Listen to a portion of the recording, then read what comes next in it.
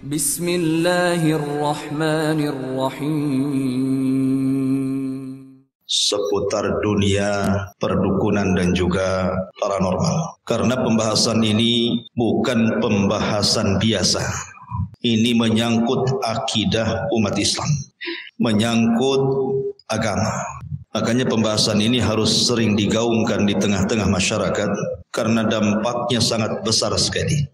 Bagaimanapun dunia seperti ini lebih dekat kepada kesyirikan dibandingkan kepada tauhid. Dan tidak ada dosa yang lebih besar di permukaan bumi ini melebihi kesyirikan. Jangan lagi syirkul akbar, syirik besar seperti dunia perdukunan dan paranormal. Syirik kecil saja dikhawatirkan Nabi SAW. Kata Nabi SAW, sesungguhnya sesuatu yang paling aku takutkan menimpa kalian adalah asyirkul asghar, syirik kecil. Kemudian Rasul ditanya, apa itu syirik kecil? Maka Nabi SAW mengatakan, ar-riya, seseorang beribadah ingin dipandang manusia. Itu saja Nabi SAW ketakutan kalau seandainya syirik kecil ini sampai menimpa seorang muslim, apalagi syirik besar. Makanya Imam Az-Zahabi rahimahullahu ta'ala dalam kitabnya Al-Kabair, kumpulan dosa-dosa besar, beliau meletakkan urutan pertama dalam kitabnya adalah asyirku billah, kesyirikan kepada Allah subhanahu wa ta'ala. Kemudian setelahnya as-sihr, dunia sihir. Saking bahayanya diletakkan pada urutan pertama.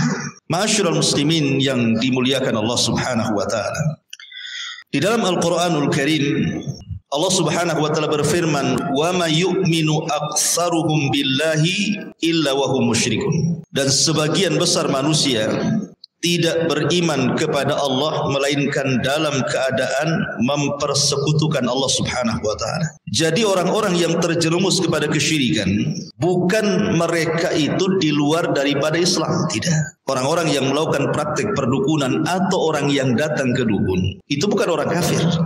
Kita tidak membahas orang kafir, tetapi kita membahas orang-orang yang mereka KTP-nya Islam, dukunnya Islam, yang datang ke dukun juga Islam. Yang lebih heran lagi, mengatasnamakan Islam. Kemudian yang datang juga mengatasnamakan pengobatan Islam. Cara pengobatannya dikatakan cara pengobatan Islam. Ini yang kemudian kita angkat bicara. Apakah memang praktek-praktek seperti itu dari Islam atau justru praktek kesyirikan? Ma'asyiral muslimin yang dimuliakan Allah subhanahu wa ta'ala, sebelum saya menjelaskan tentang poin-poin, karena ada beberapa poin yang ingin saya jelaskan. Pertama, soal pengobatan. Yang kedua, soal keanehan-keanehan. Karena kita bisa melihat kadang-kadang para praktisi yang seperti itu dipertontonkan keanehan. Kebal bacok lah, punya tenaga dalam lah, tidak bisa diiris dengan golok lah, kan begitu ya. Dan begitu seterusnya. Nanti kita bahas keanehan-keanehan itu. Kemudian yang ketiga, soal ramalan. Karena mereka terkadang suka meramal. Kemudian yang keempat yang kita akan bahas adalah soal seputar jimat-jimat, tangkal-tangkal dan yang sejenis. Inilah 4 pembahasan yang kita akan bahas di malam ini. Ma'asyiral muslimin yang dimuliakan Allah subhanahu wa ta'ala, pertama soal pengobatan. Sebenarnya berobat itu sesuatu yang sangat dianjurkan. Karena Nabi SAW mengatakan, likulli da'in dawaun, setiap penyakit itu ada obatnya. Fa idza usiba dawa'ud da'i bari'a bi'idznillah azza wajalla. Kalau seandainya seseorang terserang penyakit, kemudian diobati dan sembuh, maka kesembuhan itu atas izin Allah subhanahu wa ta'ala. Ingat bahwa penyakit itu datang dari Allah, sembuh juga datang dari Allah. Makanya sebelum seseorang itu menggantungkan kepada obat, ataupun kepada tabib, ataupun kepada dokter, ataupun kepada apapun yang mungkin bisa mengobati, sebelum hati kita tergantung kepada itu semua, gantungkan hati kita kepada Allah. Karena mereka para pengobat atau obat-obat racikan itu hanya sekedar wasilah saja. Semua pengobatan itu datang dari Allah. fa idza maridtu fa huwa yashfin. Kata Ibrahim, kalau aku sakit maka Allah lah yang menyembuhkanku. Ma'asyiral muslimin yang dimuliakan Allah Azza wa Jalla, dalam dunia pengobatan dalam Islam, yang namanya obat itu terbagi menjadi 3. Pertama, dia jadi obat karena memang syariat Islam secara nas Al-Quran dan hadis memang itu obat. Yang kedua, memang tidak terdapat dalam Al-Quran atau dalam hadis Nabi yang sahih itu obat, tetapi ada penelitian secara ilmiah yang dilakukan oleh saudara-saudara kita dalam dunia farmasi dan pengobatan atau dalam dunia herbal bahwa ini adalah obat. Kemudian yang ketiga, tidak berdasar sama sekali. Quran tidak mengatakan ini obat, hadis tidak mengatakan ini obat, dunia farmasi pengobatan herbal juga tidak dikatakan ini obat, tiba-tiba dijadikan obat. Ini dalam dunia pengobatan terbagi menjadi 3. Adapun yang pertama, bahwa ada obat-obat itu berdasarkan nas Al-Quran atau hadis Nabi SAW adalah obat atau bisa dijadikan sebuah pengobatan. Contoh, Nabi SAW dalam hadis Abi Hurairah radhiyallahu an bicara tentang habbatus sauda. Bicara tentang habbatus sauda, jintan hitam. Kata Nabi SAW, fil habbatis sauda shifaun min kulli da'in illa sam. Kata Nabi SAW, di dalam jintan hitam itu ada obat untuk mengobati semua jenis penyakit kecuali kematian. Kalau orang sedang sakaratul maut, nyawa sudah di kerongkongan, jangan suruh minum habbatus sauda, tetap mati dia. Kematian tidak bisa ditangkal dengan habbatus sauda ya. Kematian itu takdir yang datang dari Allah Subhanahu wa taala. Kemudian juga contoh yang lain, ketika Allah Subhanahu wa taala berfirman soal madu, Allah mengatakan wa auha rabbuka ilan nakhli anittakhidhi minal jibali buyutan wa minas syajari wa mimma ya'rishun summa kuli min kulli samarati fasluki subula rabbik zulalan yakhruju min butuniha syarabun mukhtalifun alwanuhu fihi shifa'u linnas inna fi dzalika laayat liqaumin yatafakkarun. Kemudian makanlah dari segala macam buah-buahan, lalu dan Tuhanmu mengilhamkan kepada lebah, buatlah sarang di gunung-gunung, di pohon-pohon kayu, dan di tempat-tempat yang dibikin manusia. Menunjukkan bahwa madu itu ada 3. Ada yang disebut dengan madu jabali. Madu jabali itu madu yang diambil dari gua-gua, dari gunung-gunung, bukit-bukit, dan ini sebaik-baik madu. Kemudian yang kedua ada namanya madu hutan, madu liar yang ada di hutan-hutan tuh. Maka ini jenis madu urutan kedua. Ada madu peliharaan. Ini madu dalam urutan jenis ketiga. Ada juga yang keempat, madu palsu dari gula biasanya. Kan itu ya, itu bukan obat itu. Minum itu antum jadi diabetes. Jadi kemudian Allah mengatakan, dan Tuhanmu mengilhamkan kepada lebah, buatlah sarang di gunung-gunung, di pohon-pohon, dan di tempat-tempat yang dibikin manusia. Kemudian makanlah dari segala macam buah-buahan, lalu tempuhlah jalan Tuhanmu yang telah dimudahkan bagimu. Dari perut lebah itulah keluar minuman madu yang bermacam-macam warnanya. Di dalamnya terdapat obat yang menyembuhkan bagi manusia. Sesungguhnya pada yang demikian benar-benar terdapat tanda kebesaran Allah bagi orang yang berfikir. Dari ayat ini menunjukkan bahwa madu adalah obat berdasarkan nas Quran. Ya. Kemudian juga contoh yang lain, Nabi SAW bersabda tentang minyak zaitun. Kata Rasul, intadimu bizaiti waddahinu bihi fa innahu min syajaratin mubarakah. Jadi minyak zaitun itu termasuk pohon yang diberkahi. Arti berkah itu artinya banyak kebaikannya. Berarti minyak zaitun atau buah zaitun itu bagian daripada obat. Ataupun ketika Nabi SAW bicara tentang air Zamzam, kata Nabi SAW, ma'u Zamzam lima syuriba lahu, bahwa air Zamzam itu akan mengabulkan setiap yang meminumnya. Kalau diniatkan obat, maka jadi obatnya. Kalau diniatkan untuk cerdas, insya Allah jadi cerdas. Yang penting belajar habis minum. Jangan habis minum tak belajar, bodoh terus. Ya. Kemudian juga Nabi SAW juga mengatakan dalam hadis yang dikeluarkan oleh Imam At-Tabrani, yang dihasankan oleh Syekh Nasiruddin Al-Albani rahimahullah ta'ala, khairu ma'in ala wajhil ardi ma'u Zamzam fihi ta'amun minat tu'mi wa shifa'un minas saqami.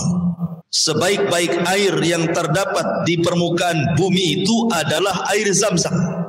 Padanya bisa digunakan untuk pengganti makanan atau obat dari penyakit. Di sini ada kalimat syifa'un minas suqmi, obat untuk penyakit. Jadi air Zamzam itu berdasarkan nas hadis adalah obat. Ataupun umpamanya dalam bentuk hijamah, berbekam. Nabi SAW disebutkan dalam hadis Ibni Buhainah radhiyallahu anhu, dia mengatakan ihtajaman Nabi SAW wa huwa muhrim. Rasul melakukan hijamah, bekam.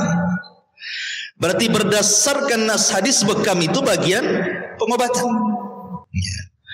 Kemudian juga termasuk ruqyah, maksudnya membacakan Al-Quran, dan itu berdasarkan nas Quran. Allah mengatakan wa nunazzilu minal Quran ma huwa shifaa'un wa rahmatun lil mu'minin, dan kami turunkan Al-Quran sebagai obat. Jadi Quran itu obat, bisa dibaca langsung atau pakai media air putih seperti ini. Pamannya ini air putih, kita bacakan surah Al-Fatihah, setiap ayat kita tiup, setiap ayat kita tiup.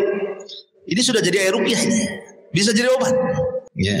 Dan banyak lagi minyak tin, buah tin, karena Allah bersumpah dalam Al-Quran wat-tini waz-zaitun. Ya.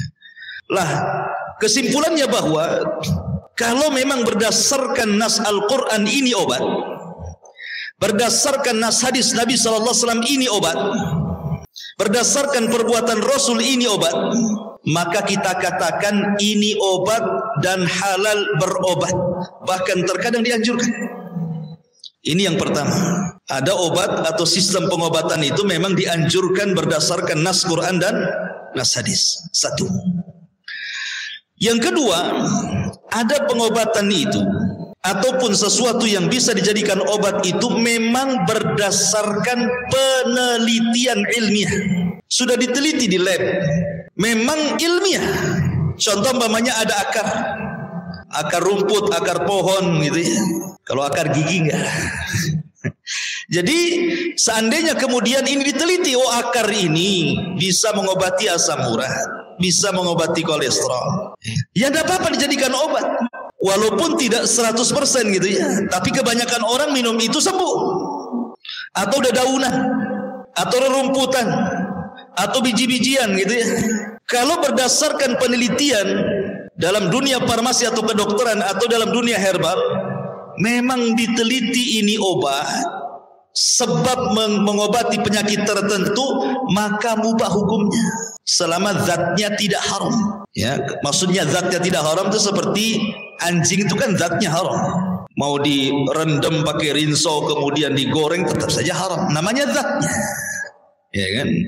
Artinya bahwa kalau berdasarkan penelitian ini obat dan terbukti walaupun tidak 100%, maka halal dan boleh.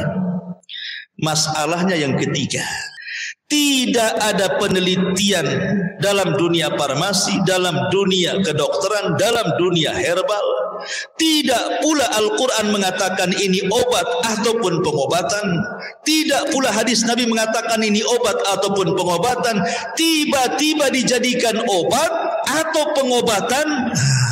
Inilah yang disebut dengan ja'ala sabab ma laisa bisabab, menjadikan sesuatu sebab yang bukan sebab. Apa maksudnya? Menjadikan sebab yang bukan sebab. Ini, benda ini secara penelitian bukan obat, malah dijadikan obat. Itu namanya menjadikan sebab yang bukan sebab. Antara penyakit dengan obatnya itu nggak nyambung gitu maksudnya.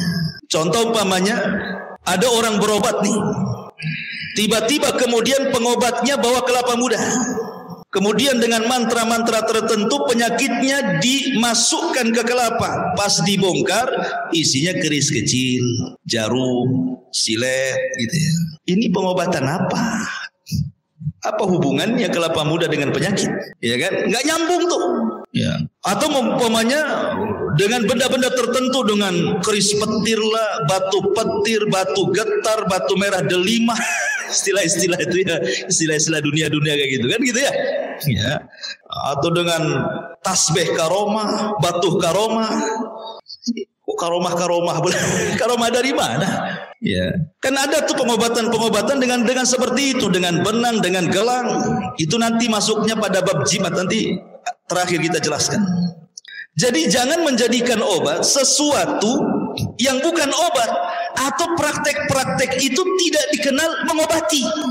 Kan banyak tuh dalam dunia perdukunan itu praktek-praktek pengobatan, mentransfer penyakit ke ayam umpamanya. Kasihanlah ayam itu yang tadinya sehat jadi sakit. Kan gitu ya. Dolim sama ayam jadinya. Ya. Jadi ada orang-orang yang kemudian menggunakan sistem pengobatan itu di luar nalar. Kalau memang pengobatan seperti ini baik, kenapa di zaman salaf dulu, di zaman Nabi, di zaman para sahabat, di zaman para ulama tidak ada pengobatan kayak gini? Masyaallah muslimin yang dimuliakan Allah Subhanahu wa taala. Ini kalau cerita dunia pengobatan, nanti kita akan bentangkan, kita akan urut dulu sesuai pembahasan. Kemudian yang kedua, bicara soal keanehan. Keanehan ini kalau saya bagi ada 7 perkara. Pertama disebut mukjizat.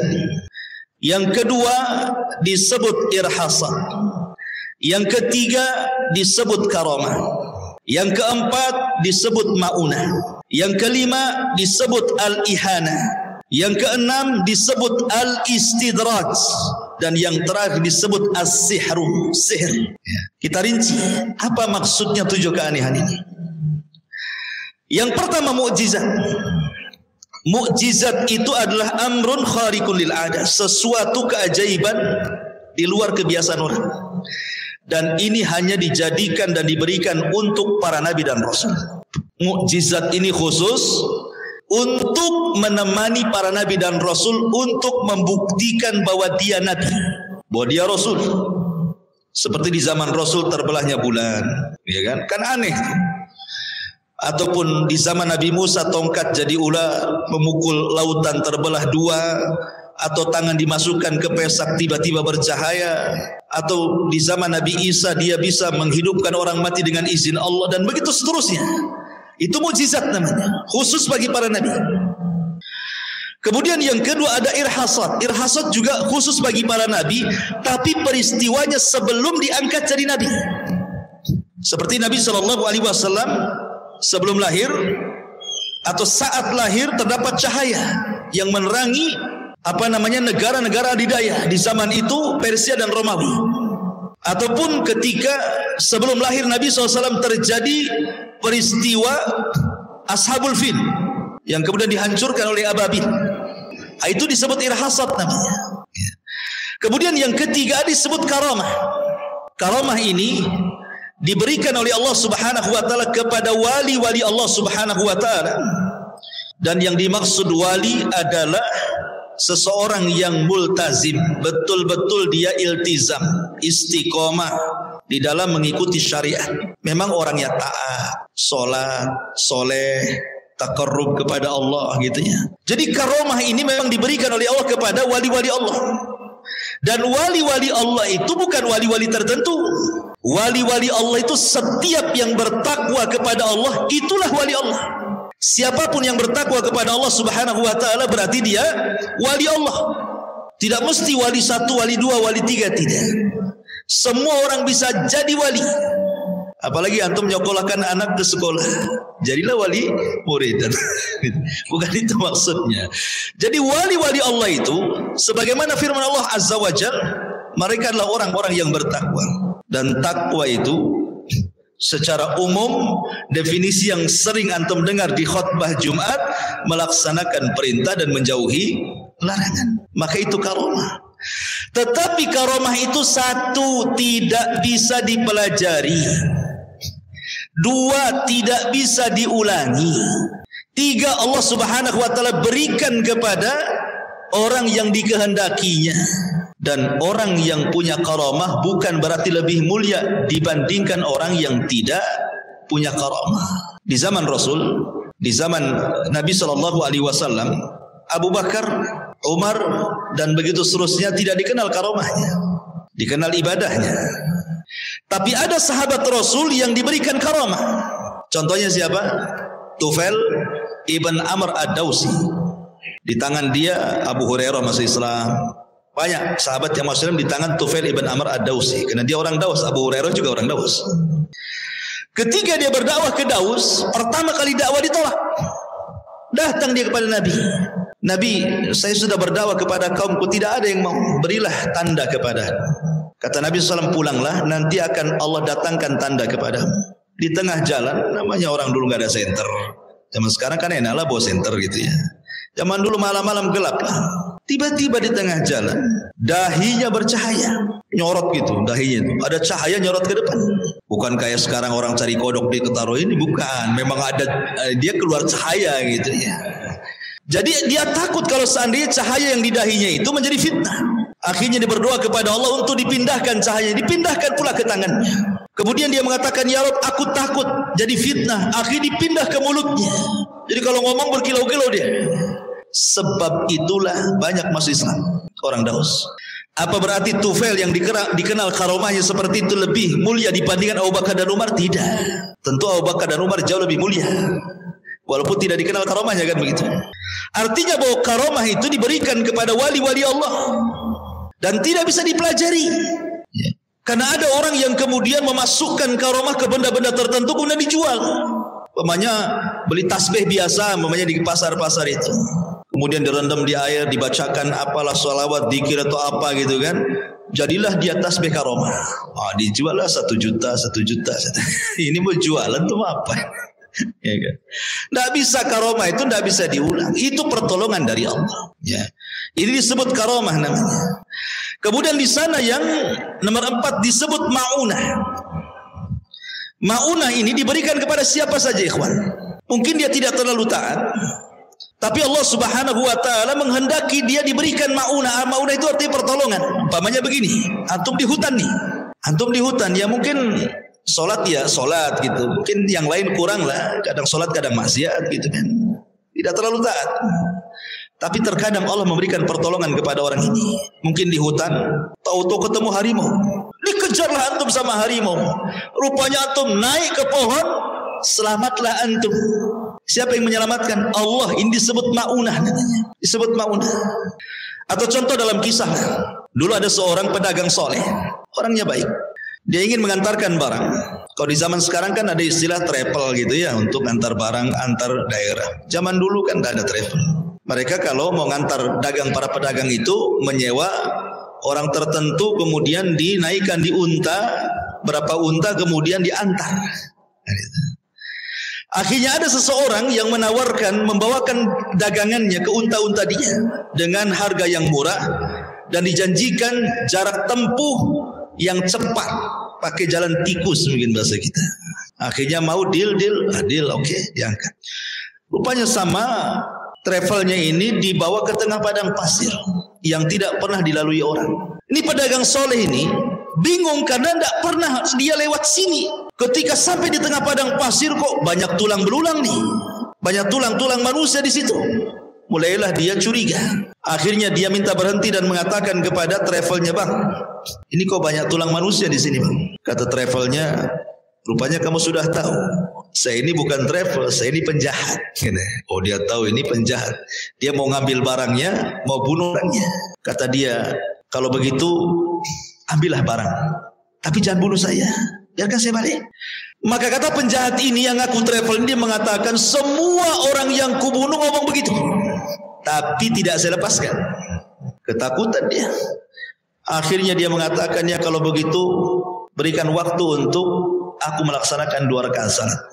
Akhirnya dia ambil wudu dengan perasaan dagdikduk, namanya mau dibunuh habis itu kan. Kemudian ketika sholat, Allahu Akbar, tidak tahu apa yang dibaca.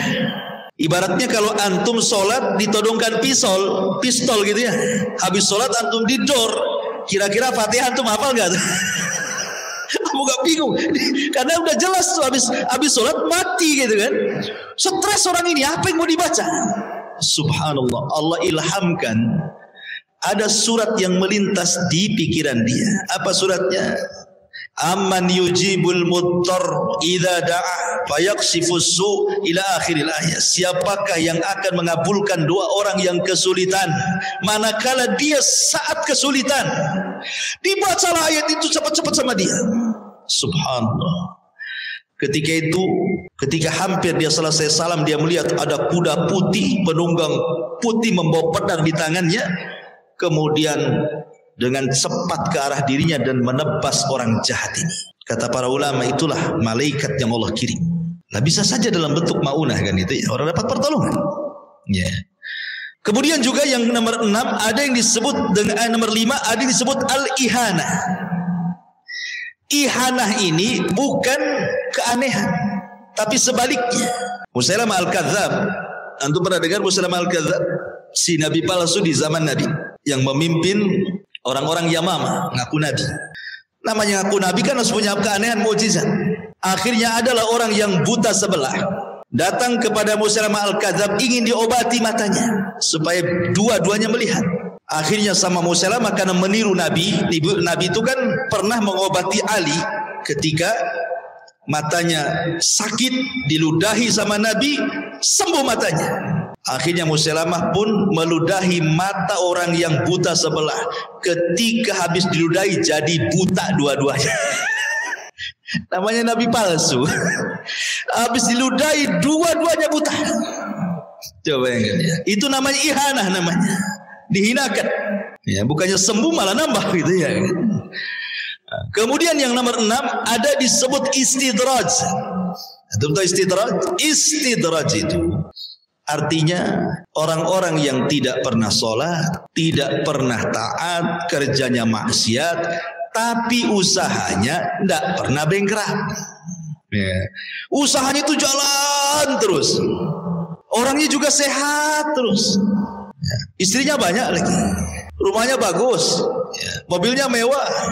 Itu disebut istidraj. Ya. Jadi jangan cemburu umpamanya orang yang tukang sholat taat kepada Allah Azza wa Jal, asih buka cincau gulung tikar, besoknya buka cilok gulung tikar, besoknya pokoknya setiap usaha gulung tikar ya. Jangan kemudian kita katakan akhirnya adalah orang itu aja nggak sholat kok bisa usaha, mungkin gara-gara sholat saya jadi gulung tikar ini. Jadi istidraj, orang seperti itu diberikan istidraj, dibiarkan seperti itu sama Allah di atas kesenangan sampai pada waktunya. Maka Allah akan kirim adab kepada orang tersebut. Itu disebut istidraj. Dan yang terakhir disebut as-sihru, sihir. Sihir ini lengket dengan dunia sihir, dunia dukun, paranormal, bomo dan yang semacamnya. Di dalam tafsir Ibnu Katsir, Al-Hafidz Ibnu Katsir rahimahullahu taala ketika menyebutkan riwayat daripada Yunus ibn Abdul A'la As-Sadafi, muridnya Imam Syafi'i rahimahullahu taala. Dia menukilkan ucapan Imam Syafi'i rahimahullahu taala dan ucapan Imam Lais, seorang ulama Mesir.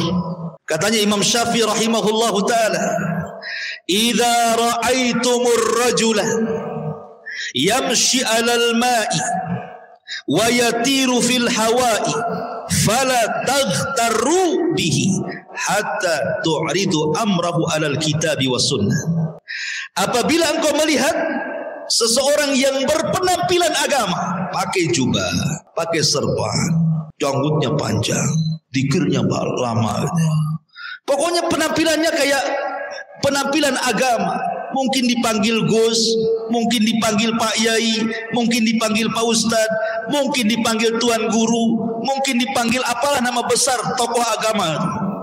Tiba-tiba yamshi alal mah, bisa pula dia berjalan di air. Wa yatiru fil hawa, bisa pula dia terbang. Atau mungkin istilah kita ini dibakar kebal, dibacok kebal gitu ya. bisa nonjok dari kejauhan terpental gitu ya. Aneh orang ini, punya keanehan.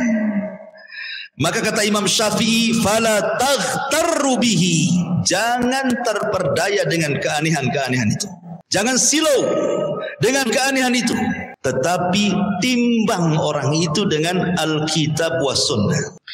Kalau amalan dia tidak sesuai dengan Al-Quran dan Sunnah Nabi SAW, berarti mereka awliya'us syaitan. Mereka adalah wali-wali syaitan. Tapi kalau memang amalan mereka sesuai dengan Al-Quran dan Sunnah Nabi SAW, kemudian punya keanehan seperti itu, maka mereka wali-wali Allah, kata Imam Syafi'i.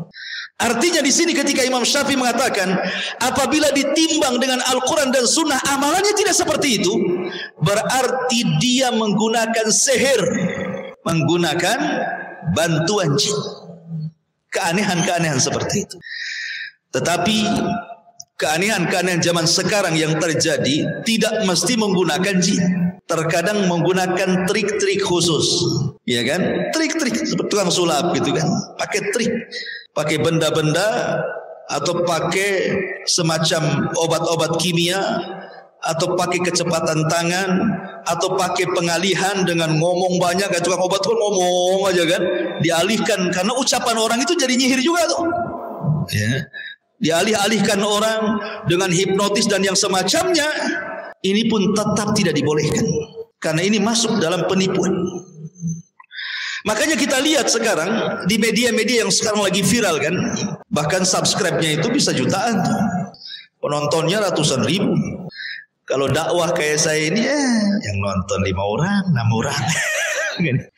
Kalau yang dakwah tauhid ini memang yang nonton sedikit, tapi kalau dakwah syirik, ya Allah yang nonton tuh banyak kan. Ya. Coba kita lihat orang-orang yang sedang melakukan acting dunia perdukunan itu, atau menampakkan dunia kesaktian. Terkadang ada acara-acara itu yang disebut dengan gerebek dukun santet, ya, gerebek dukun-dukun pelet. Nanti setelah digerebek itu, wah, adu kekuatan ikhwan. Nanti saling pental-pentalan tuh, terpental tuh, belum ditonjok sudah mental tuh, pakai tenaga dalam tuh.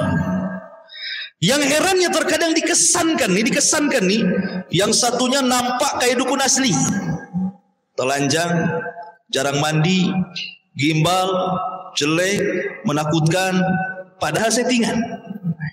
Yang satunya pula, masya Allah, pakai jubah, janggutan, pakai serban, pakai tasbih, baca salawat, pakai zikir, baca Quran, was-was-was, nggak jelas. Kita bayangkan, ya. Padahal sebenarnya itu sedang berduel antar dukun dengan dukun. Kesannya yang satu dukun hitam, yang satu dukun putih. Jadilah hitam putih di situ. Kenapa saya katakan dukun hitam, dukun putih? Tetap juga dua-duanya dukun. Cuman kesannya dikatakan putih karena dandanannya ala gus, ala kiai, ala ustad, ala tuan guru kan itu.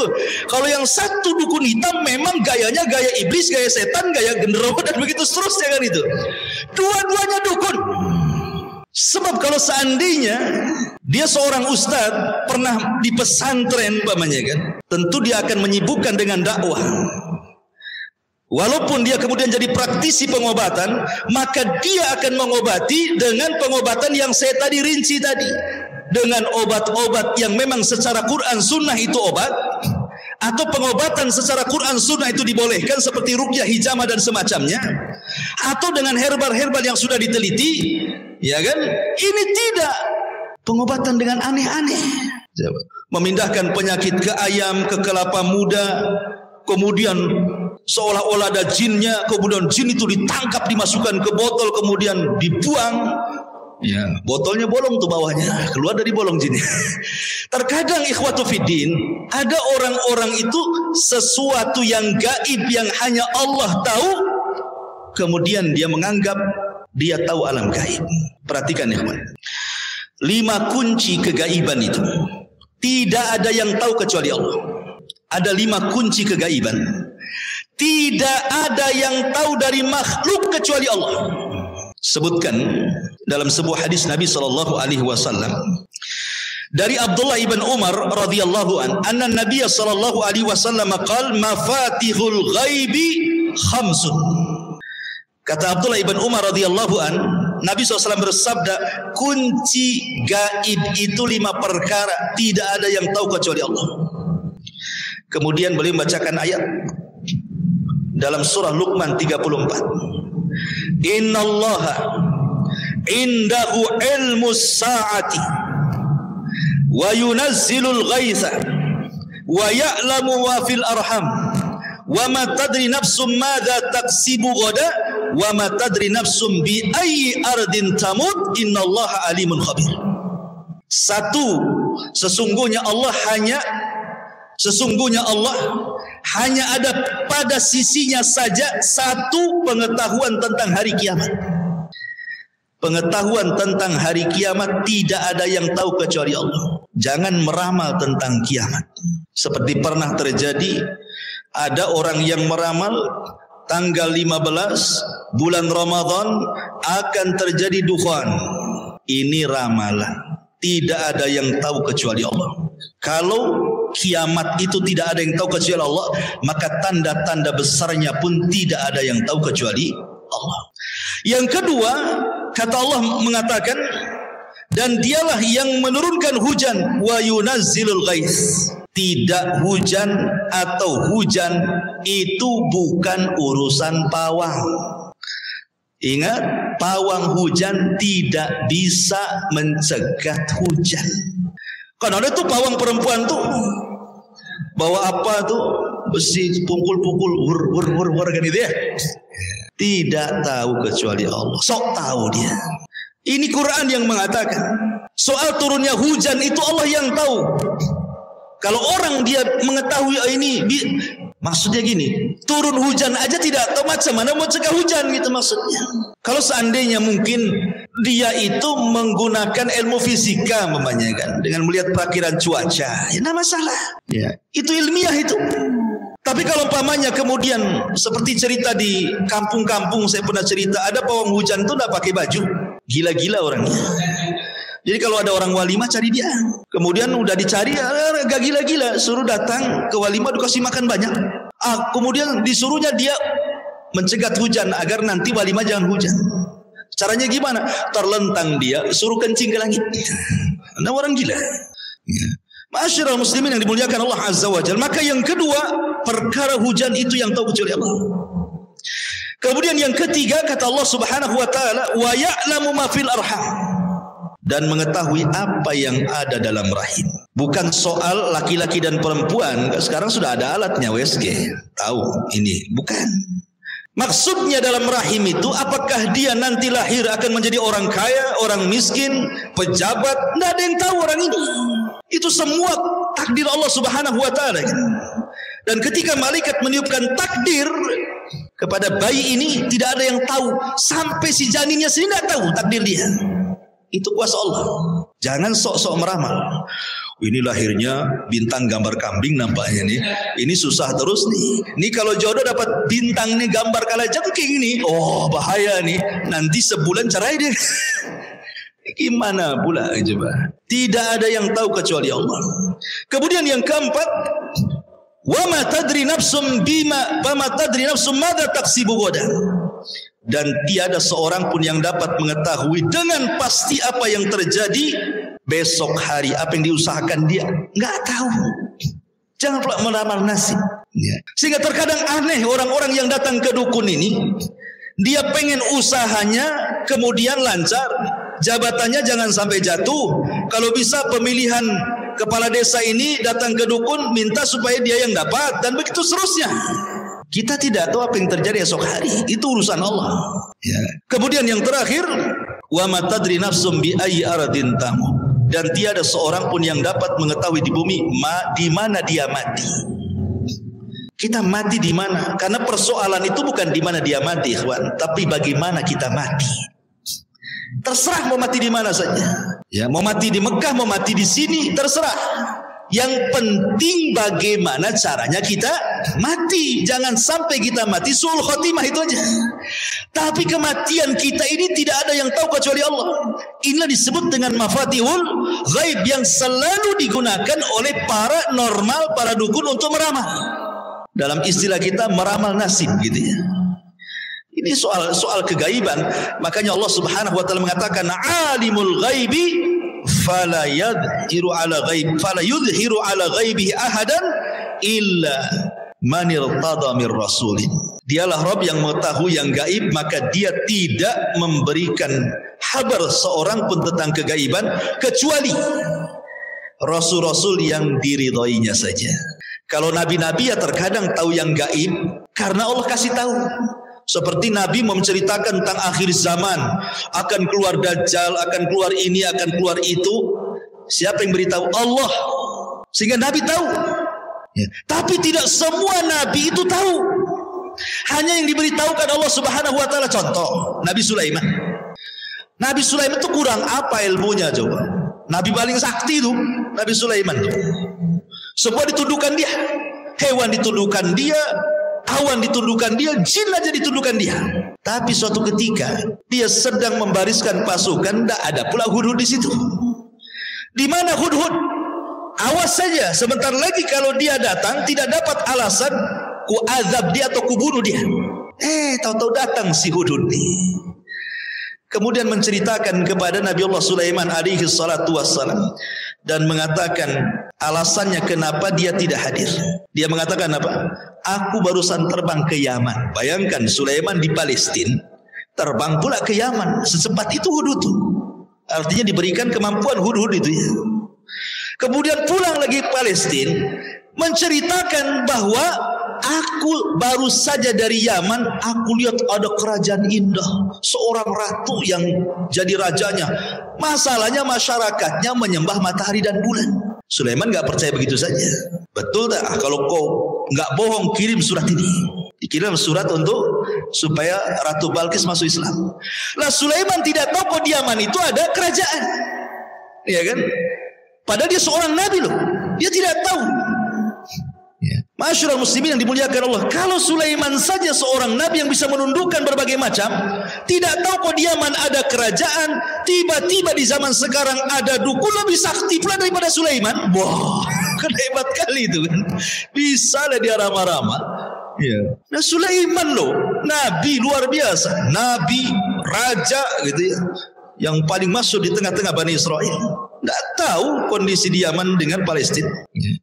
Bahkan ketika Sulaiman meninggalnya gimana? Sedang duduk di singgasana. Kan jasad para nabi itu dijaga oleh Allah dan tidak akan dimakan tanah. Makanya walaupun bertahun-tahun dia seperti itu jasadnya, walaupun ruhnya sudah tidak ada. Jadi Sulaiman ketika dicabut ruhnya dan dia sedang duduk di kursi kebesarannya, disangkanya sedang tidur Sulaiman. Jin itu masih kerja saja. Baru setelah rayap-rayapnya itu menggerogoti kursinya, kemudian roboh. Jin tahu apa kata jin? Kalau tahu Sulaiman sudah mati dari dulu, ngapain lagi kita kerja dihinakan oleh dia katanya. Coba, jinnya saja tidak tahu yang gaib. Sementara dukun-dukun ini kerjasamanya sama jin.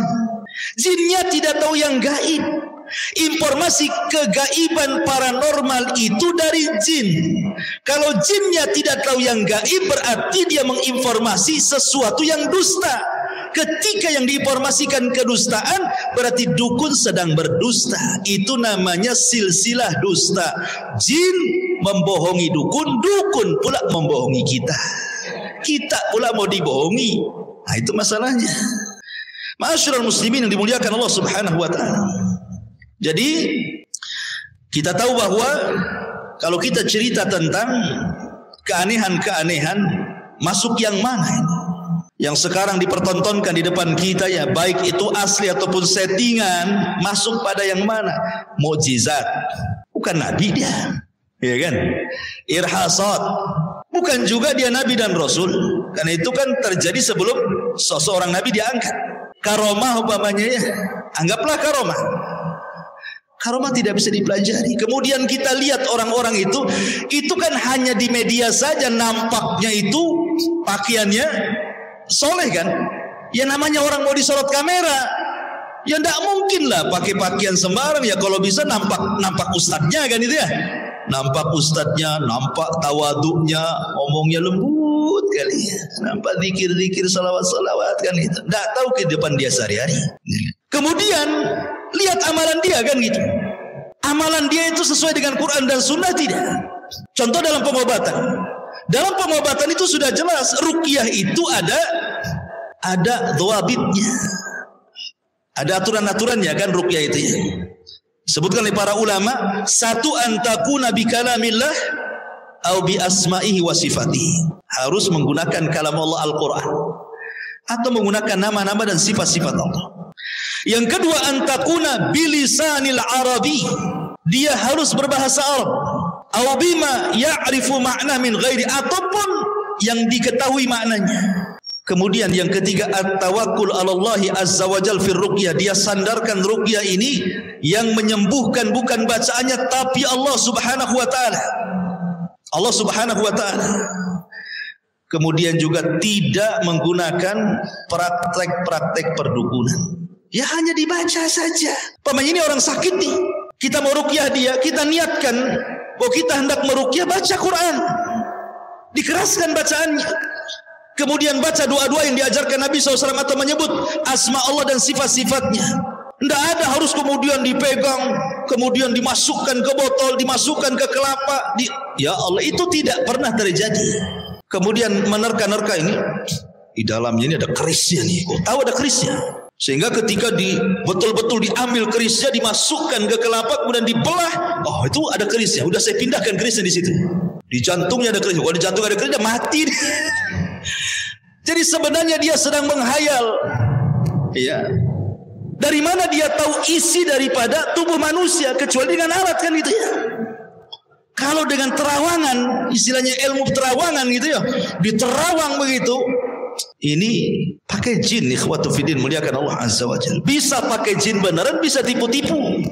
Namanya trik-trik sulap juga bisa terjadi seperti itu, dan sudah ma'ruf di kalangan tukang sulap yang seperti itu, dan bahkan sudah dibongkar lagi oleh mereka. Jadi itu bukan ruqyah. Ruqyah bukan seperti itu.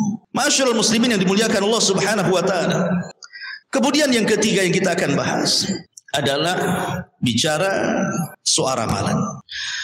Allah Subhanahu wa taala berfirman di dalam surah An-Naml 65. Qul la ya'lam man fis samawati wal ardil ghaiba illallah wa ma yash'uruna ayyana yub'atsun. Katakan, tiada seorang pun yang ada di langit dan yang ada di bumi yang mengetahui perkara-perkara yang gaib kecuali Allah, dan mereka tidak mengetahui bila mana mereka akan dibangkitkan.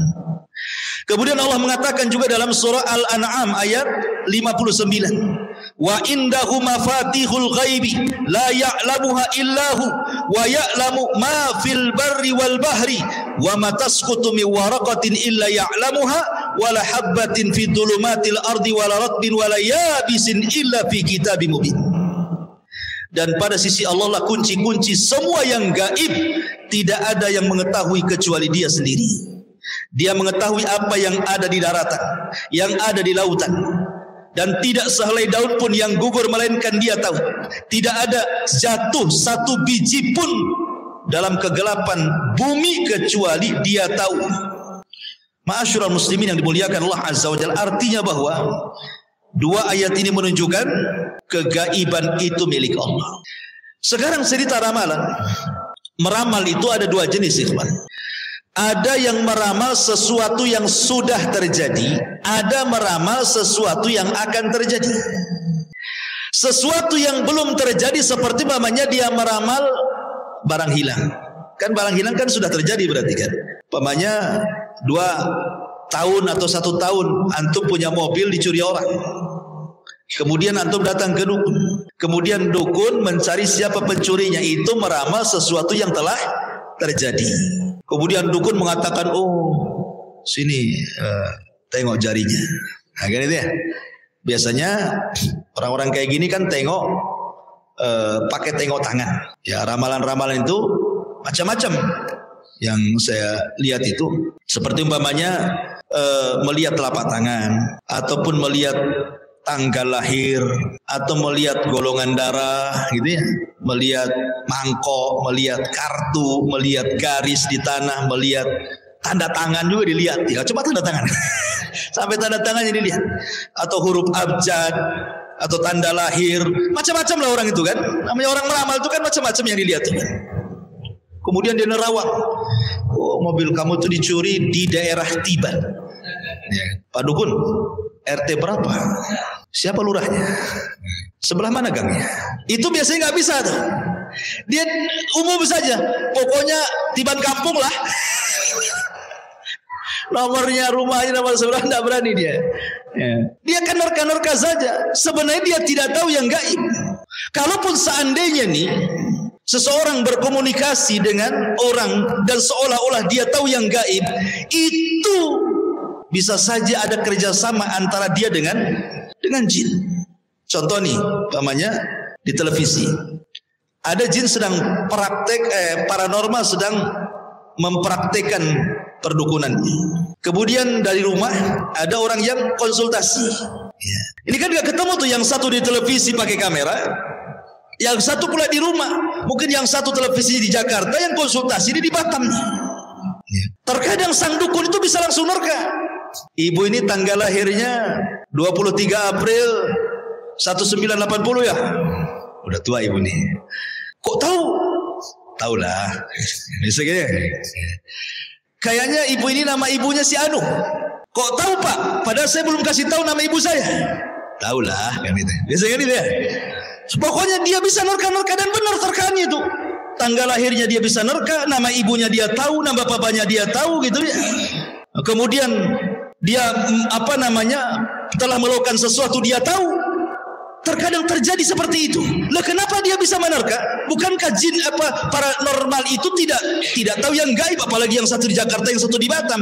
Bisa terjadi dengan cara apa? Komunikasi antar jin. Setiap orang itu punya jin. Anda punya jin yang disebut dengan jin korin ya. Jin jahat. Dan dukun-dukun itu banyak peliharaan jin. Ingat, dukun-dukun itu mereka suka memelihara jin. Makanya sering saya ceritakan sama antum, mungkin pelanggan cerita ya, tentang kisah penggerebekan dukun santet di Arab Saudi itu. Jadi di Arab Saudi itu ada namanya KPD ya, KPD, kalau di kita kan KPK. KPK itu apa? Artinya kepanjangan KPK apa? Komisi Pemberantasan Korupsi. Kalau di sana Komisi Pemberantasan Dukun, KPD. Jadi kepala polisinya nangkep tuh dukun tuh. Nangis pula dukun itu ketika ditangkap. Kemudian kata kepala polisi, kenapa kau nangis? Katanya, Pak, saya nangis bukan karena saya ditangkap, tapi kayak saya nangis karena sebanyak itu jin yang aku rawat tidak ngasih tahu bahwa saya akan ditangkap. Itu masalahnya. Kok saya ini banyak jinnya, saya rawat jin-jin itu, kok satu pun gak ngasih tahu bahwa saya akan ditangkap, katanya. Coba kalau dia kasih tahu, kan saya bisa kabur. Gitu kan. Saya bayangkan. Artinya dukun-dukun itu banyak peliharaannya. Jadi kalau dia sedang meramal sesuatu, pasti dia akan kerahkan jin-jinnya itu. Dan jin dukun akan berkomunikasi dengan jin si pasien. Ya, jadi kalau dalam manusia itu ada namanya informan, kalau dalam dunia jin itu ada namanya inforjin. Atau inforjin, jin memberikan informasi sesama jin. Ya, jadi jin dukun berkomunikasi dengan jin pasien. Kata jin pasien, ini tanggalnya sekian loh jin. Nah, dia kasih tahu kepada dukunnya, nama bapak ibunya ini loh jin. Nama jin ini kasih tahu. Jadi dia tahu, dapat informasi dari jin, gitu maksudnya. Kalau dia tidak punya jin, tidak mungkin bisa menerka. Tidak mungkin. Karena, tapi tidak semua jin bisa menerka apa yang ada pada diri kita. Contoh kejadiannya ketika Hajjaj bin Yusuf As-Saqafi. Hajjaj bin Yusuf ini, itu kan pemimpin zalim. Walaupun dia hafal Quran, tapi suka bunuh orang. Hajjaj bin Yusuf As-Saqafi ini. Jadi Hajjaj bin Yusuf ini manggil dukun. Kemudian sambil bincang-bincang, Hajjaj ini ngambil kerikil-kerikil di sampingnya sambil dihitung. Ya, dia nggak perasan dia sedang ngambil kerikil. Dihitungnya 1, 2, 3 sampai 10 kerikil, kemudian digenggam. Kemudian kata Hajjaj, wahai fulan, tebak berapa kerikil yang ada di tangan saya? Kata dukun ini 10. Pas dihitung betul 10. Terus diam lagi.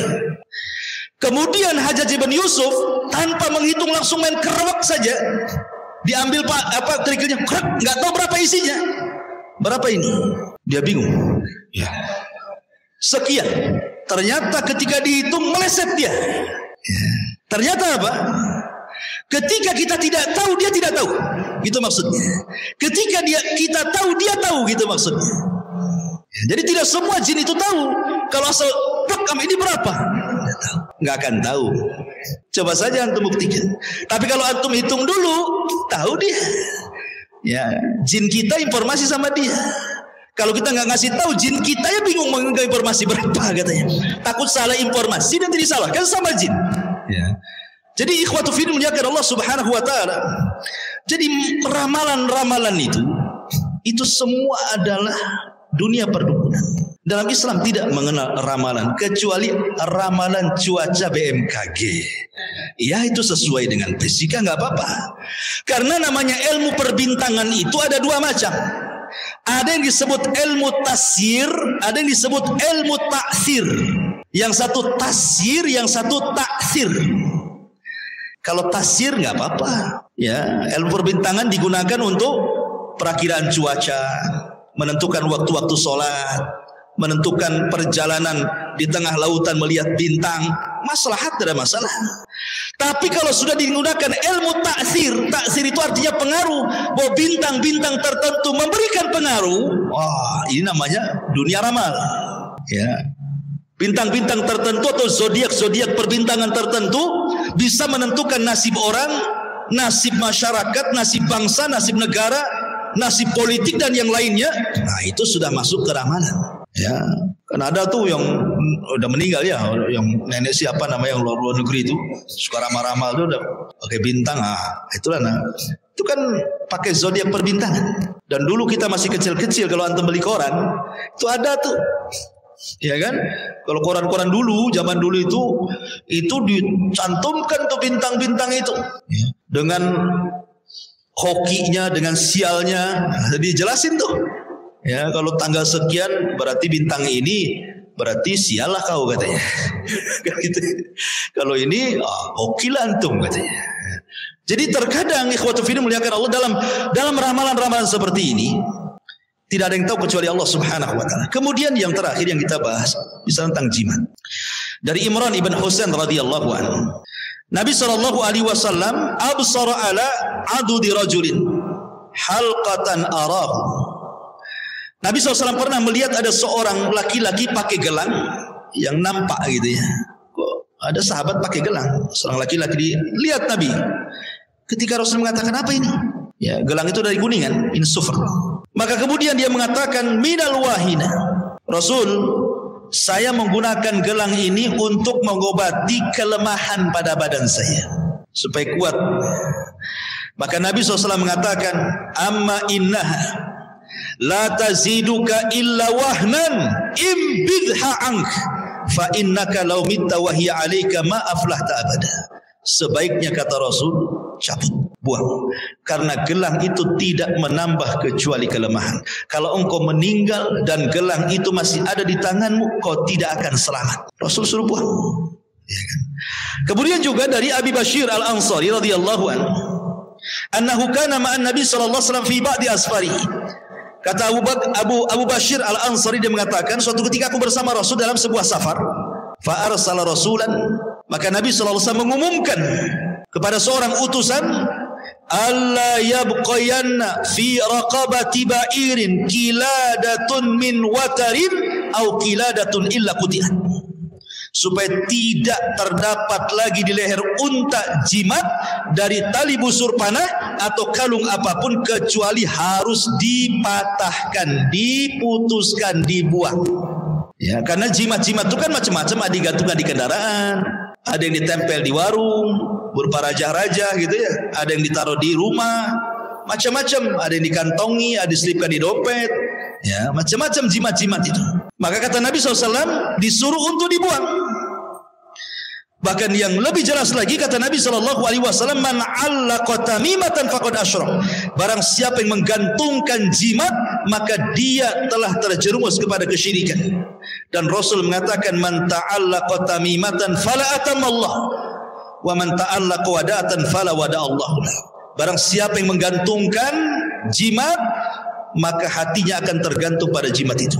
Barang siapa yang menggantungkan kepada kerang dijadikan jimat, maka hatinya pun akan tergantung kepada kerang jimat itu. Artinya apa?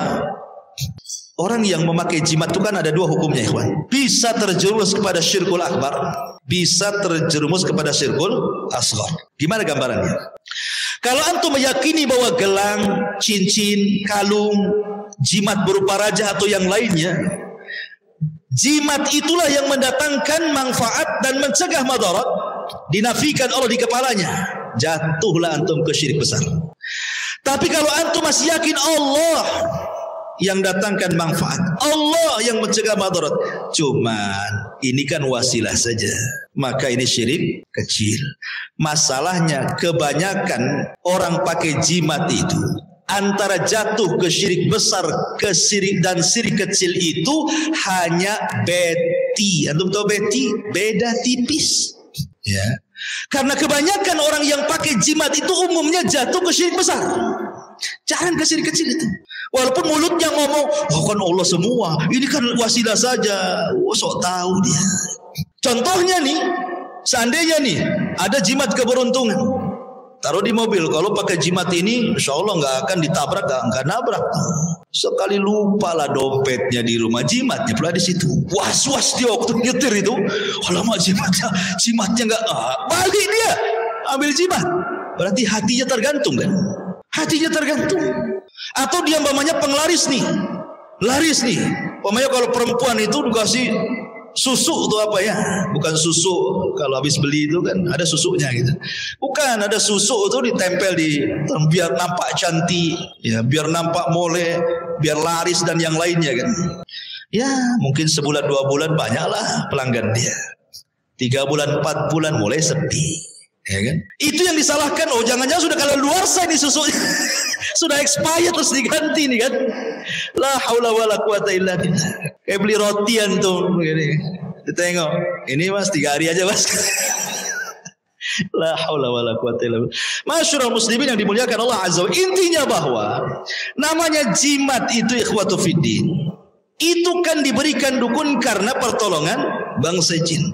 Kalau seandainya sesajennya kurang, ya, kalau seandainya itu persembahan kita dengan mereka kemudian sampai tidak dipenuhi, ya jelas ada expirednya lah.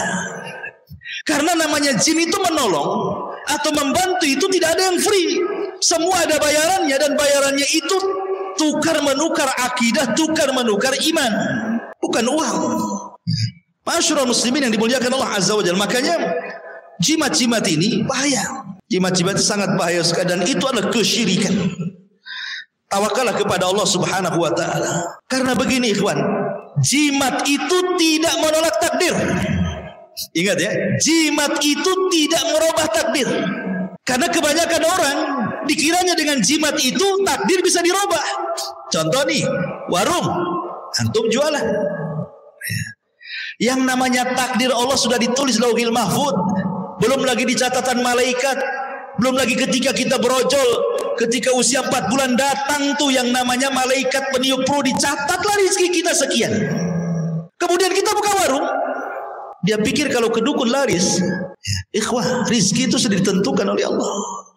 Kalau memang Allah sudah tentukan namanya warung satu hari cuma dapat 50 atau 200 ribu, 300 ribu, walaupun ke dukun Thailand sekalipun beli jimatnya, namanya jimat tidak bisa merubah takdir. Takdir Allah tidak bisa dirubah. Cuman ada memang orang-orang yang tidak sabar, harusnya mengambil rizki karena takdir itu dia dapat yang halal, karena tergesa-gesa dapatlah yang haram. Sebenarnya kalau dia usaha gitu, banyak ke orang yang tanpa dukun laris usahanya. Kenapa pun sibuk pakai dukun? Karena kalau sudah sibuk pakai dukun berarti hatinya sudah jahat. Kenapa? Karena suudzon kepada tetangganya. Jangan-jangan saya disihir sama sebelah ini. Ya, gara-gara dia saya sepi jadinya. Suudon kan? Sudah suudon main dukun pula. Jadi dunia-dunia seperti ini tidak bisa menolak takdir Allah Subhanahu wa taala. Ingat itu. Tidak akan berubah takdir Allah dengan datangnya Anda ke dukun, karena dukun itu kebanyakan dusta dan bohong. Bukti bahwa mereka pendusta, hadis Nabi. Kita harus yakin dengan hadis Nabi. Dahulu di zaman Nabi SAW, kata Rasul, jin itu naik ke langit. Sampai di langit itu ada maqaida lis-sam'i, sebagaimana berdasarkan suratul jin. Ada maqaida lis-sam'i, tempat-tempat curi dengar. Jin itu kalau ke langit seperti orang panjat pinang, sampai ke langit. Tapi hanya di bawah langit pertama. Tidak mungkin dia sampai menembus langit, tidak akan bisa. Ya ma'syaral jinni wal insi in istata'tum an tanfudhu ila samawati wal fanfudhu la tanfudhuna illa bisultan. Enggak bisa jin naik tembus ke langit itu. Jadi ketika di zaman Nabi SAW, maka jin-jin itu kemudian tidak bisa naik ke langit. Sejak itulah maka difungsikan bintang sampai hari ini, bahkan sampai kiamat setelah diutusnya Nabi. Bintang itu apa? Difungsikan untuk melempar jin-jin yang ada di langit. Karena jin-jin yang ada di langit ini selalu mencuri dengar dari wahyu yang Allah wahyukan kepada para malaikat. Kemudian dicuri dengar, kalau sudah dapat satu kalimat disampaikan ke jin yang di bawahnya. Jin yang di bawahnya disampaikan ke yang di bawahnya. Yang di bawahnya sampai kepada jin yang ada di bumi. Setiap jin yang menyampaikan kepada jin yang di bawahnya selalu menambahkan satu kalimat. Akhirnya dari 100 kalimat, yang satu benar, 99 dusta. Kemudian yang jin yang di bumi inilah dia jual belikan dengan dukun, paranormal, bomo dan yang semacamnya. Jadi yang benar itu cuma satu, 99 dusta. Kalaupun seorang pengobat dan dia dukun mengobati, sembuh tanpa sadar, dibacakan sholawat gitu saja, sembuh dia. Sekarang antara yang sembuh dengan yang tidak sembuh banyak mana? Kan gitu. Ya. Karena biasanya yang sembuh inilah kemudian dia pula yang diwawancarai, dimasukkan YouTube. Gimana setelah berobat sama dia? Oh bagus. Yang nggak sembuh nggak diwawancarai. Coba yang nggak sembuh diwawancarai, kalau akulah dukun tuh. Jadi masyarakat muslimin yang dimuliakan Allah Azza wa Jalla. Jadi mereka adalah para pendusta. Yang bahayanya di zaman sekarang ini, ikhwan, tontonan-tontonan di YouTube dan yang semacamnya. Kita lihat tontonan-tontonan itu, seperti gerebek dukun, kemudian adu kesaktian antar dukun, kemudian pengobatan yang tidak dikenal dalam syariat Islam, ya, dipertontonkan. Kemudian setelah ada orang-orang yang membongkar, tiba-tiba sebagian mereka sadar, kemudian baru ngomong bahwa ini adalah settingan. Padahal ketika dia membuat konten itu tidak ada tulisan untuk hiburan atau settingan, kan itu seolah-olah beneran. Kalau mungkin orang-orang cerdas, ini settingan. Gimana kalau orang-orang itu jahil, tidak pernah belajar iman, nggak pernah belajar tauhid, orang awam, ya, kemudian dipertontonkan seperti itu, setan pula masuk seolah-olah beneran. Hebat kali orang dia, digolok nggak mempan, dibakar nggak mempan, ya, ditonjok, orang yang nonjoknya mental, ya. Kemudian dipraktikkan dunia pengobatan ala mereka. Kok bisa ya orang yang sakit kemudian disuruh terlentang, dibawalah kelapa muda, entah ngomong-ngomong apa pakai ya, kayak gaya-gaya sinetron, diambilnya dari tubuh itu dimasukkan ke kelapa, isinya jarum, silet, macam-macam. Kalau isinya uang 200.000 kan enak. Ini isinya macam-macam di situ. Ya. Lah kemudian ditonton nih. Kalau seandainya orang itu tidak punya iman, ikhwan, bisa saja kemudian dia berpikir, wah ini orang hebat ini. Apalagi kalau seandainya keluarganya sakit. Orang sakit itu setan lebih dekat dibandingkan malaikat. Karena setan tidak mau orang sakit parah mati itu husnul khotimah, tidak mau. Gimana caranya dia husnul khotimah? Makanya diberikan waswas, berobatlah kok ke sana, berobatlah kok ke sana, gitu maksudnya. Akhirnya berobatlah ke sana. Apa yang terjadi? 2 hadis Nabi cukup. Hadis yang pertama kata Nabi SAW, man ata arrafan fasa'ala an syai'in lam tuqbal salatuhu arba'ina yauman. Siapa yang datang ke dukun hanya sebatas konsultasi, tanya tok, nggak membenarkan, ya nggak yakin, konsultasi saja, hanya tanya. Itu sholatnya 40 hari ditolak, nggak akan diterima. Dan kebanyakan kan begitu ya. Biasanya kan kalau ada tayangan-tayangan di YouTube tuh, walaupun asalnya mungkin pada awalnya hanya editan, settingan, hiburan dan yang lainnya kan. Iya kalau orang cerdas. Kalau orang yang tidak cerdas disangkanya beneran, dicari-carinya nomor telepon dia. Cobalah dia telepon. Kan itu ya, tanyakan, konsultasi dulu kan gitu ya. Konsultasi, kalau yang berkonsultasi atau yang dikonsultasikan kepada dukun 40 hari sholat kita ditolak. Kita sholat sunnah, sholat duha, sholat malam, sholat witir, qobliyah, sholat wajib, macam-macam sholat 40 hari ditolak. Apa tidak capek kita 40 hari sholat? Kemudian ditolak, maksudnya sholat yang sudah dilakukan. Antum nih sholat sudah mengerjakan sholat selama 40 hari kemarin, itu ditolak, gugur semuanya. Kalau 40 ke depan nanti pula berdalil, kalau gitu nggak usah sholat lah 40 hari, kan ditolak, nanti aja setelah 40 hari gitu. Masyarul muslimin yang dimuliakan Allah Azza wa Jalla. Atau hadis yang kedua, kata Nabi SAW, man ata arrafan au kahinan fasaddaqahu, man ata arrafan au kahinan fasala an syai'in fasaddaqahu faqad kafara bima unzila ala Muhammadin sallallahu alaihi wasallam. Siapa yang datang ke dukun, tukang ramal, paranormal, bomo, dukun, macam-macam yang sejenisnya, bertanya, dibenarkan pula, jadi pasiennya pula, kemudian merasa dia sembuh, ada perubahan, padahal itu dukun, maka dia telah keluar dari Islam. Kalau sampai membenarkan, keluar dari Islam. Kalau hanya bertanya, sholatnya 40 hari tidak diterima. Kecuali kalau mau nguji, nggak apa-apa. Mau menguji kebohongan dia, nggak apa-apa. Kita datang ke dukun hanya untuk menguji kebohongannya, bahwa dia bukan dukun, nggak ada masalah. Ya, kalau antum ingin bongkar triknya dan antum punya trik, nggak ada masalah. Ya. Masyarul muslimin yang dimuliakan Allah Subhanahu wa taala, karena Allah Subhanahu wa taala berfirman, hal unabbiukum ala man tanazzala syayatin. Apakah akan kuberitakan kepada kalian kepada siapa setan-setan itu turun, kata Allah. Tanazzalu ala kulli afakin athim yulquna sam'a wa aktsaruhum kadhibun. Maka Allah katakan mereka turun kepada tiap-tiap pendusta lagi banyak berbuat jahat, maksudnya para dukun dan tukang sihir.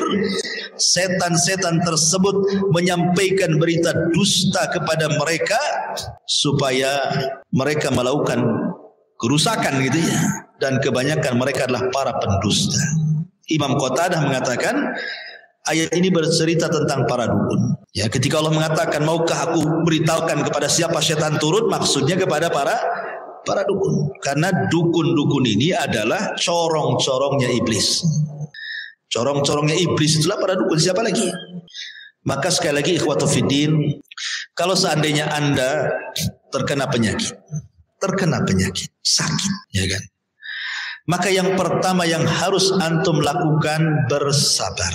Siapa tahu penyakit yang Allah Subhanahu wa taala berikan kepada kita dalam rangka untuk mengangkat derajat. Boleh jadi dalam rangka untuk menggugurkan kesalahan. Mungkin dulu banyak maksiat, akhirnya Allah uji dengan penyakit sekarang. Boleh jadi mungkin untuk menggugurkan dosa-dosa lama, atau mengangkat derajat kita di hadapan Allah. Karena terkadang ada surga tidak bisa diraih dengan sholat, tidak bisa diraih dengan zakat, tidak bisa diraih dengan puasa, tidak bisa diraih dengan haji, hanya bisa diraih dengan sabar. Karena sabar itu ibadah yang tidak ada lipatannya. Innama yuwaffas sabiruna ajrahum bighairi hisab. Allah itu akan memberikan pahala orang sabar tanpa batas. Yang kedua, selain sabar, maka ada upaya tawakal.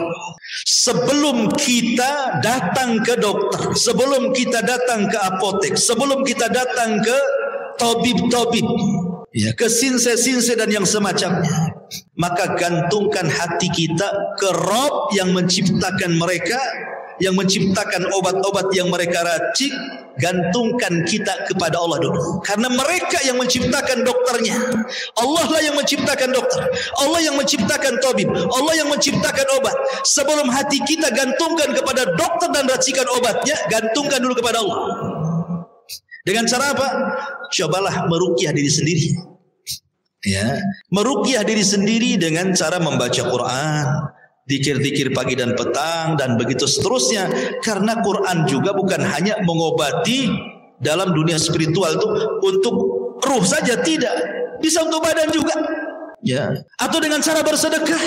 Karena sedekah juga kata Rasul, tadawau mardakum bisadaqah. Sembuhkan orang sakit kan dengan sedekah. Ya, sedekah itu penyembuh juga rupanya ya. Coba gantungkan kepada Allah. Baru setelah kita tawakal betul kepada Allah, cari sebab. Kalau sudah meruqyah diri sendiri tidak bisa juga, cari sebab. Sebab itulah kembali ke kaedah pengobatan tadi. Ada obat-obatan yang memang secara nas Quran itu obat, makan. Atau cara-cara secara Quran Sunnah itu pengobatan seperti bekam ruqyah. Atau mungkin dengan cara obat-obat yang diteliti farmasi dan kedokteran, belilah di apotek kan itu ya.